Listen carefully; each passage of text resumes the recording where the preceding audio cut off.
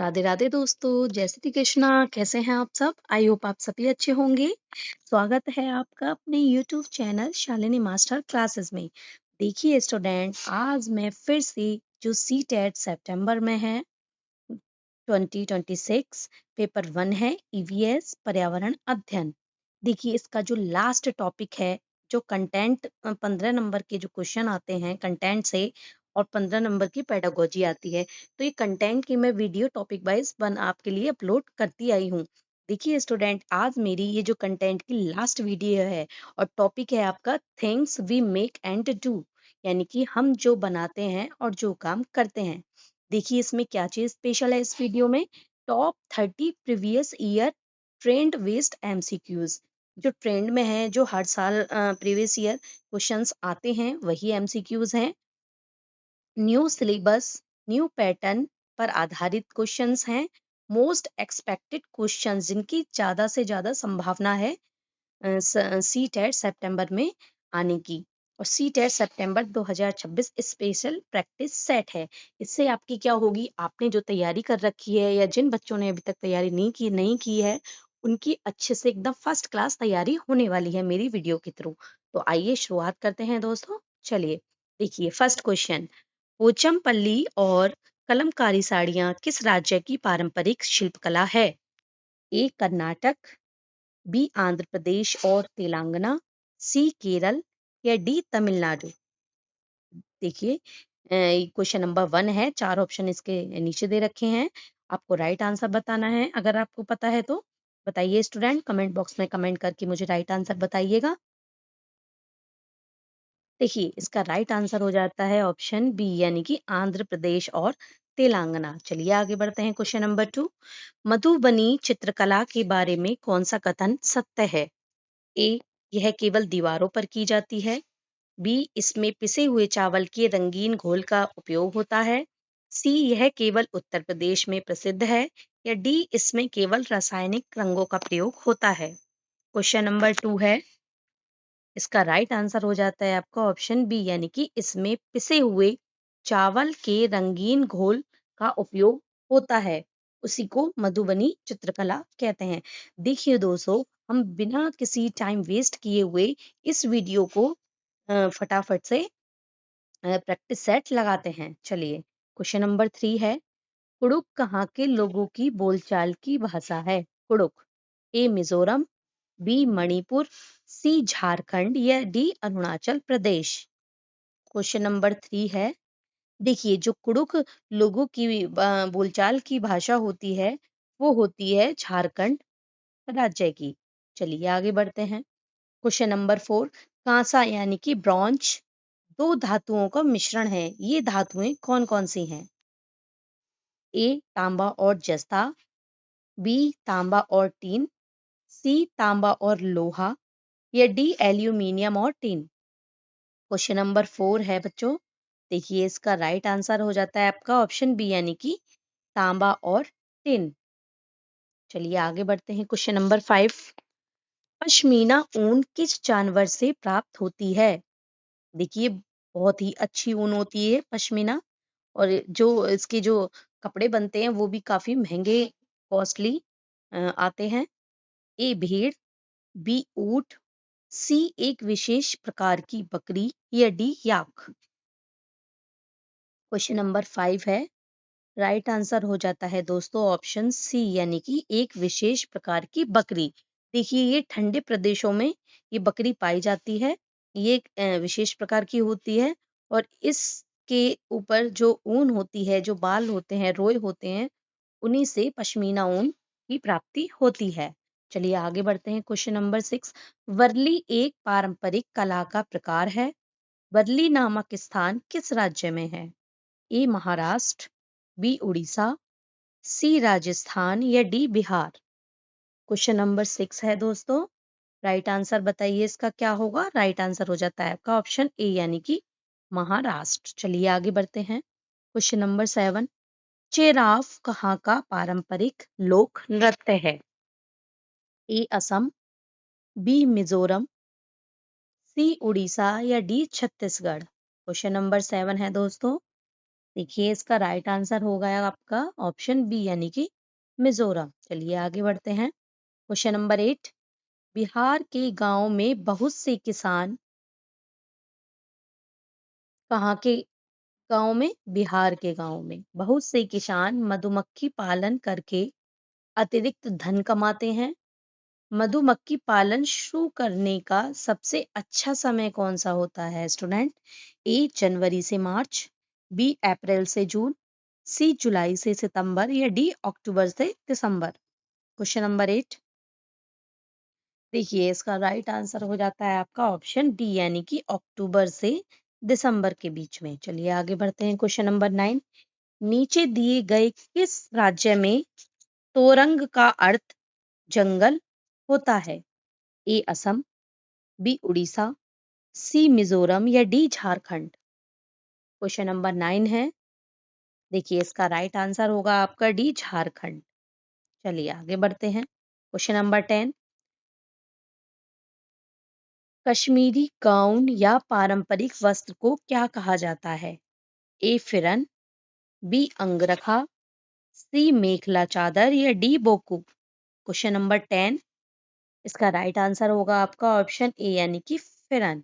चलिए आगे बढ़ते हैं। क्वेश्चन नंबर 11, लद्दाख के लोग अपने घरों की निचली मंजिल का उपयोग किस लिए करते हैं? ए मेहमानों के ठहरने के लिए, बी सामान और जानवरों को रखने के लिए, सी खाना पकाने के लिए या डी सोने के लिए। क्वेश्चन नंबर 11 है, देखिए जो लद्दाख है आपको पता है कि ये थोड़ा कोल्ड रीजन है, यहाँ पर ठंडा इलाका है। तो ये अपने घरों की जो निचली मंजिलों का प्रयोग करते हैं वो करते हैं ऑप्शन बी यानी कि सामान और जानवरों को रखने के लिए। चलिए आगे बढ़ते हैं। क्वेश्चन नंबर 12, चांगपा जनजाति द्वारा बनाए जाने वाले अस्थायी तंबू को क्या कहा जाता है? ए इग्लू, बी डोंगा, सी रेबो या डी टेंट। क्वेश्चन नंबर 12 है, देखिए इसका राइट आंसर होगा सी रेबो। चलिए आगे बढ़ते हैं। क्वेश्चन नंबर 13, मिट्टी के बर्तनों को मजबूत बनाने के लिए उन्हें क्या किया जाता है? ए धूप में सुखाया जाता है, बी भट्टी में पकाया जाता है, सी रंग किया जाता है या डी पानी में भिगोया जाता है। क्वेश्चन नंबर 13 है, देखिए इसका राइट आंसर हो जाता है आपका ऑप्शन भी यानी कि भट्टी में पकाया जाता है, तभी जो मिट्टी के बर्तन होते हैं वो मजबूत बन पाते हैं। चलिए क्वेश्चन नंबर 14, पीतल किन दो धातुओं का एक मिश्र धातु है? ए तांबा और जस्ता, बी तांबा और लोहा, सी तांबा और टीन या डी एल्यूमिनियम और जस्ता। क्वेश्चन नंबर 14, देखिए इसका राइट आंसर होगा ऑप्शन ए तांबा प्लस जस्ता यानी कि कॉपर एंड जिंक। चलिए आगे बढ़ते हैं। क्वेश्चन नंबर 15, पश्मीना शॉल की क्या विशेषता है? देखो स्टूडेंट, ये विशेषता यानी कि कैरेक्टरिस्टिक पूछ रहा है। ए यह 6 साधारण स्वेटरों के बराबर गर्म होती है, बी इसे बनाने में लगभग 250 घंटे लगते हैं, सी यह बहुत पतली और हल्की होती है या डी उपरोक्त सभी। क्वेश्चन नंबर 15, देखिए इसका राइट आंसर हो जाता है ऑप्शन डी यानी कि उपरोक्त सभी। जो पश्मीना शॉल है ये 6 साधारण स्वेटरों के बराबर गर्म होती है और ये 250 घंटे लगते हैं इसे बनाने में। यह बहुत पतली और हल्की होती है, इसलिए इसका राइट आंसर ऑप्शन डी हो जाता है। चलिए आगे बढ़ते हैं। क्वेश्चन नंबर 16, इत्र यानी कि परफ्यूम के लिए प्रसिद्ध कन्नौज जिला भारत के किस राज्य में स्थित है? देखिए कन्नौज जिला है, डिस्ट्रिक्ट है। इस क्वेश्चन में पूछ रहा है कि जो परफ्यूम है उसके लिए जो फेमस है कन्नौज जिला, वो भारत के किस राज्य में है? A Madhya Pradesh, B Uttar Pradesh, C Bihar, D Haryana. Question number 16, देखिए राइट आंसर हो जाता है ऑप्शन बी यानी कि उत्तर प्रदेश, यूपी। चलिए आगे बढ़ते हैं। क्वेश्चन नंबर 17, निम्नलिखित में से कौन सी पेंटिंग में इंसानों, जानवरों, पेड़ों फूलों और पक्षियों को प्राकृतिक रंगों के साथ दर्शाया जाता है? ए चित्रकाठी पेंटिंग, बी मधुबनी पेंटिंग, सी पट्टचित्र या डी कलमकारी। क्वेश्चन नंबर 17 है, राइट आंसर हो जाता है इसका ऑप्शन बी यानी कि मधुबनी पेंटिंग। जो मधुबनी पेंटिंग होती है स्टूडेंट, उनमें इंसान यानी कि ह्यूमंस तो होते ही हैं, साथ में एनिमल्स, ट्रीज, फ्लावर्स, वर्ड्स भी होते हैं।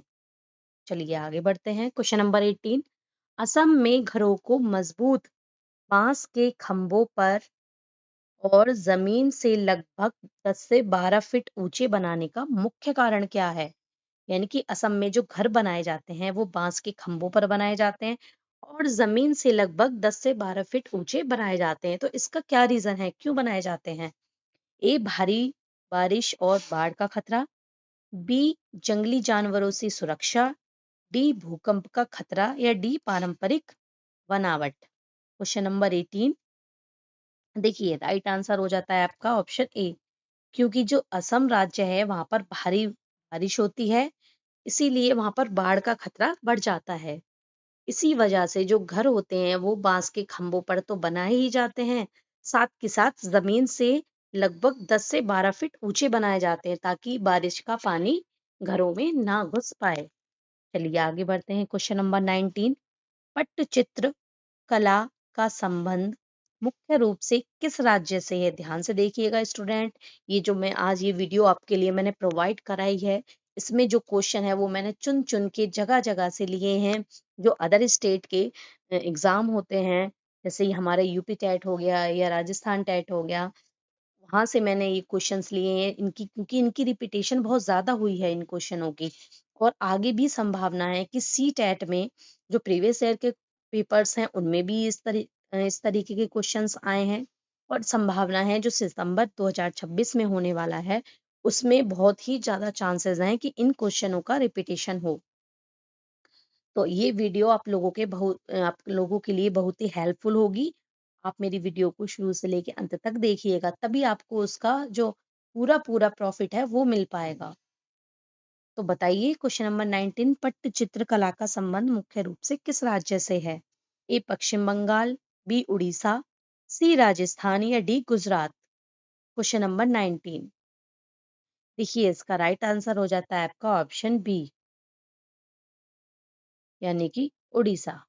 चलिए आगे बढ़ते हैं। क्वेश्चन नंबर 20, जो लोग जंगलों में कम से कम 25 वर्षों से रह रहे हैं उनका उस जंगल की भूमि और पैदा होने वाली चीजों पर हक है। यह जनादेश किसके द्वारा दिया गया? समझ रहे हैं स्टूडेंट ये क्वेश्चन क्या कह रहा है? देखिए दोबारा से रिपीट कर देती हूं मैं। जो लोग जंगलों में कम से कम 25 वर्षों से रह रहे हैं, मतलब उन्हें 25 साल हो गए हैं रहते हुए, उनका उस जंगल की भूमि पर, जमीन पर पैदा होने वाली चीजों पर हक है। यह जनादेश किसके द्वारा दिया गया है? ए भूमि अधिग्रहण अधिनियम 1894, बी राष्ट्रीय पाठ्यचर्या रूपरेखा 2005, सी भारतीय वन अधिनियम 1927 या डी जंगल अधिकार अधिनियम 2007। देखिए क्वेश्चन नंबर 20 है, इसका राइट आंसर हो जाता है आपका ऑप्शन डी यानी कि जंगल अधिकार अधिनियम 2007, फॉरेस्ट राइट्स एक्ट। चलिए आगे बढ़ते हैं। नेक्स्ट क्वेश्चन, क्वेश्चन नंबर 21, झूम खेती के अंतर्गत अपनाई जाने वाली पद्धति के संबंध में कौन सा कथन सही है? ए यह फसल काटने के बाद जमीन को कुछ वर्षों के लिए खाली छोड़ा जाता है, बी जमीन पर उगने वाले बांस खरपतवार को उखाड़कर फेंक दिया जाता है, सी राख को खाद के रूप में प्रयोग नहीं किया जाता या डी जमीन की गहरी जुताई की जाती है। क्वेश्चन नंबर 21, इसका राइट आंसर हो जाता है आपका ऑप्शन ए यानी कि यह फसल कटने के बाद, बच्चों ये बी कोई ऑप्शन नहीं है, ये पूरा एक ही है। यह फसल कटने के बाद जमीन को कुछ वर्षों के लिए खाली छोड़ दिया जाता है। चलिए आगे बढ़ते हैं। क्वेश्चन नंबर 22, घरों की नक्काशीदार लकड़ी की छतों को श्रीनगर में क्या कहा जाता है जो यह पहेली जैसी दिखती है? ए मेहराब, बी डोंगा, सी खतमबंद या डी रेबो। क्वेश्चन नंबर 22, राइट आंसर हो जाता है इसका ऑप्शन सी यानी कि खत्म बंद। चलिए आगे बढ़ते हैं। Question number 23। चांगपा जनजाति अपनी बकरियों को रखने के लिए जो जगह बनाती है उसे क्या कहा जाता है? ए रेबो, बी लेखा, सी बाड़ा या डी पिंजरा। क्वेश्चन नंबर 23 है। देखिए राइट आंसर हो जाता है दोस्तों ऑप्शन बी यानी कि लेखा। चलिए आगे बढ़ते हैं। Question number 24। किस राज्य में बोरा चावल की एक सामान्य किस्म है जो पकने के बाद चिपचिपे हो जाते हैं? ए असम, बी बिहार, सी उड़ीसा या डी तमिलनाडु। Question number 24। देखिए इसका राइट आंसर होगा आपका ऑप्शन ए यानी कि असम। चलिए आगे बढ़ते हैं। Question number 25। बिहू त्योहार मुख्य रूप से किस राज्य में नई फसल कटने के उपलक्ष्य में मनाया जाता है? ए केरल, बी असम, सी पंजाब या डी पश्चिम बंगाल। क्वेश्चन नंबर 25 है। देखिए इसका राइट आंसर होगा असम। जो बिहू त्योहार है वो असम में मनाया जाता है। Question number 26। कंचनजंगा चोटी पर चढ़ने वाली प्रथम भारतीय महिला पर्वतारोही कौन है जिन्होंने एवरेस्ट पर फतह हासिल की है? ए सुनीता विलियम्स, बी विजेंद्री पाल या सी कर्णम मल्लेश्वरी या संतोष यादव। बताइए राइट आंसर क्या होगा दोस्तों। क्वेश्चन नंबर है 26। राइट आंसर बताइए इसका। देखिए इसका राइट आंसर होगा ऑप्शन बी विजेंद्री पाल। चलिए क्वेश्चन नंबर नेक्स्ट आप बढ़ते हैं। देखिए क्वेश्चन नंबर 27 है दोस्तों। पारंपरिक रूप से कपड़े पर ब्लॉक पेंटिंग और अजरक प्रिंट के लिए कौन सा राज्य प्रसिद्ध है? ए गुजरात और राजस्थान, बी केरल, सी उत्तर प्रदेश या डी उड़ीसा। राइट आंसर बताइए दोस्तों। क्वेश्चन नंबर 27 है। इसका राइट आंसर होगा आपका ऑप्शन ए गुजरात और राजस्थान। चलिए आगे बढ़ते हैं दोस्तों। क्वेश्चन नंबर 28 है। देखिए क्वेश्चन बुनकर द्वारा प्रयुक्त होने वाला करगा मुख्य रूप से क्या काम करता है? ए धागा बनाता है, ए धागा बनाने का काम करता है, बी धागे से कपड़ा बुनने का काम, सी कपड़ों पर रंगाई का काम या डी कपास साफ करने का काम। Question number 28। राइट आंसर हो जाता है इसका दोस्तों ऑप्शन बी यानी कि धागे से कपड़ा बुनने का काम। चलिए आगे बढ़ते हैं। Question number 29। निम्नलिखित में से कौन सा औजार खेती में मिट्टी को नरम करने या खोदने के लिए उपयुक्त किया जाता है? बताइए दोस्तों। ये बहुत वेरी इंपॉर्टेंट क्वेश्चन है। Question number 29। देखिए इसका राइट आंसर हो जाता है ऑप्शन सी यानी कि खूंटी। चलिए आगे बढ़ते हैं। ये इस वीडियो का लास्ट और वेरी इंपॉर्टेंट क्वेश्चन है। Things we make and do theme के तहत बच्चों को हस्तशिल्प और कला सिखाने का मुख्य शैक्षणिक उद्देश्य क्या है?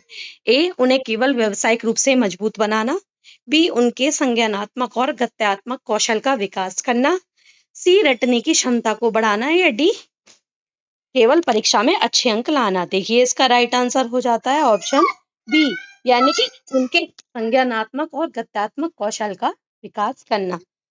देखिए स्टूडेंट आई होप मैंने आज आपके लिए जो वीडियो लेकर आई हूँ वो आपको पसंद आए। अगर आपको मेरी वीडियो पसंद आती है तो आप मेरे चैनल को लाइक करें, मेरी वीडियो को लाइक करें, चैनल को सब्सक्राइब करें और ज़्यादा से ज़्यादा शेयर करें दोस्तों। Thank you.